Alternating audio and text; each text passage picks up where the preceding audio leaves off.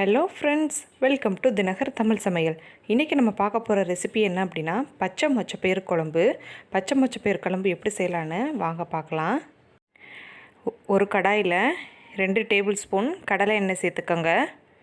எண்ணெய் நல்லா காய்ச்சதும் 1 டீஸ்பூன் கடுகு உளுந்தம் பருப்பு, 1 டீஸ்பூன் ஜீரகம்,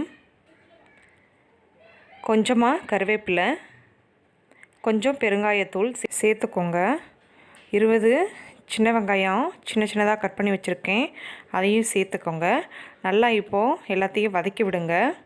வெங்காயம் கொஞ்சம் நல்லா வதங்கணும் எண்ணெயில். வெங்காயம் வதங்கினதும் 3 சின்ன தக்காளியும் குட்டி குட்டியாக கட் பண்ணி வச்சுருக்கேன், அதையும் சேர்த்துக்கோங்க. சேர்த்துட்டு நல்லா எண்ணெயில் வதக்கி விடுங்க. வெங்காயமும் தக்காளியும் நல்லா சேர்ந்து வதங்கணும், ரெண்டும் நல்லா மேஷ் ஆகணும். சீக்கிரம் வதங்கணுன்றதுக்காக நம்ம இப்போ கொஞ்சமாக உப்பு சேர்த்துக்கலாம். இதையும் நல்லா கிளறி விடுங்க. நல்லா வெங்காயம் தக்காளி உப்பு சேர்த்து நல்லா வதக்கி விட்டதுக்கப்புறம் இப்போ பாருங்கள், கலர் நல்லா சேஞ்ச் ஆகிடுச்சு. எண்ணெயில் ரெண்டுமே நல்லா வதங்கியிருக்கு. எண்ணெய் லைட்டாக பிரிஞ்சு வர ஆரம்பிக்குது. நான் ஃப்ரெஷ்ஷாக வாங்கின மொச்சப்பயிரை உரித்து எடுத்து வச்சுருக்கேன். இப்போ அதை சேர்த்துக்கலாம். பாருங்கள், ஃப்ரெஷ்ஷாக இருக்குது. இதை நம்ம இப்போ சேர்த்துக்கலாம். 1/4 கிலோ மொச்சப்பயிறு. இப்போ இந்த மொச்சப்பயிரையும் வெங்காயம் தக்காளியும் நல்லா சேர்த்து கிளறி விடுங்க. நல்லா சேர்ந்து வதங்கட்டும். லைட்டாக வதங்கினா போதும். மொச்சப்பயிறு ரொம்ப வதங்கணும்னு அவசியம் கிடையாது. லைட்டாக நீங்கள் வதக்கி விட்டுட்டாலே சீக்கிரம் வெந்துடும். இந்த குழம்பு ரொம்ப நல்லது உடம்புக்கு. நீங்கள் ஃப்ரெஷ்ஷாக வாங்கி செய்கிறதுனால டேஸ்ட்டு இன்னும் நல்லாவே இருக்கும். இப்போது நான் வீட்டு மிளகா பொடி 3 டேபிள் ஸ்பூன் எடுத்திருக்கேன், அதையும் நான் சேர்த்து நல்லா கிளறி விட போகிறேன். நல்லா கிளறி விட்டுக்கோங்க. மிளகா பொடி கருகிடாமல் பார்த்துக்கணும்.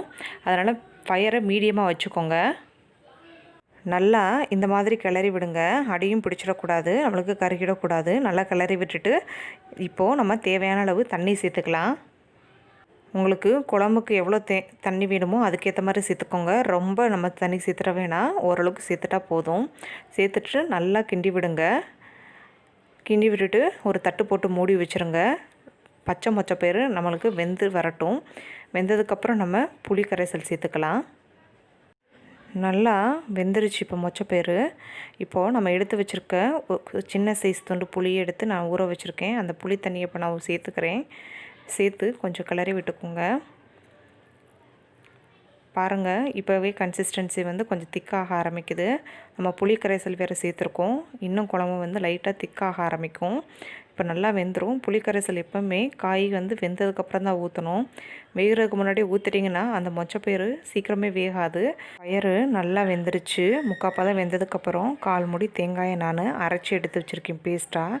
இப்போ நான் அதையும் சேர்த்து நல்லா கிளறி விட போகிறேன். தேங்காயை எப்பயுமே குழம்பு இறக்குறதுக்கு 5 நிமிஷத்துக்கு முன்னாடி நீங்கள் சேர்த்துட்டு ஒரு கிண்டிட்டு ஒரு 5 மினிட்ஸ் மட்டும் வைங்க. ரொம்ப கொதிக்க விட வேணாம். அதுக்கப்புறம் நம்மளோட சுவையான மொச்சப்பயிறு குழம்பு ரெடி ஆகிடும். 5 நிமிஷத்துக்கு அப்புறம் குழம்பு நல்லா எண்ணெய் பிரிஞ்சு வந்துட்டுருக்கு. ஓரத்தில் பாருங்கள், எண்ணெய் நல்லா பிரிஞ்சு வந்துட்டுருக்கு. இப்போ பயிர் எடுத்து பாருங்கள், பயிரும் நல்லா வெந்துருச்சு. குழம்போட கன்சிஸ்டன்சியும் நல்லா திக்காக வந்துருச்சு. இப்போது நம்ம இதை சர்வ் பண்ணிடலாம். ஹெல்த்தியான பச்சை மொச்சக்குழம்பு ரெடி. இதை இட்லி, தோசை, சாதத்துக்கு தொட்டு சாப்பிட்டுக்கலாம். நம்மளோட சேனலை நீங்கள் புதுசாக பார்க்குறவங்களா இருந்தால் கண்டிப்பாக நம்ம சேனலுக்கு சப்ஸ்கிரைப் பண்ணுங்கள். மறக்காமல் உங்கள் ஃப்ரெண்ட்ஸ்க்கு ஷேர் பண்ணுங்கள், லைக் பண்ணுங்கள். உங்கள் வீட்டில் நீங்களும் செஞ்சு பார்த்துட்டு கமெண்ட் பாக்ஸில் கமெண்ட் பண்ணுங்கள். தேங்க்யூ.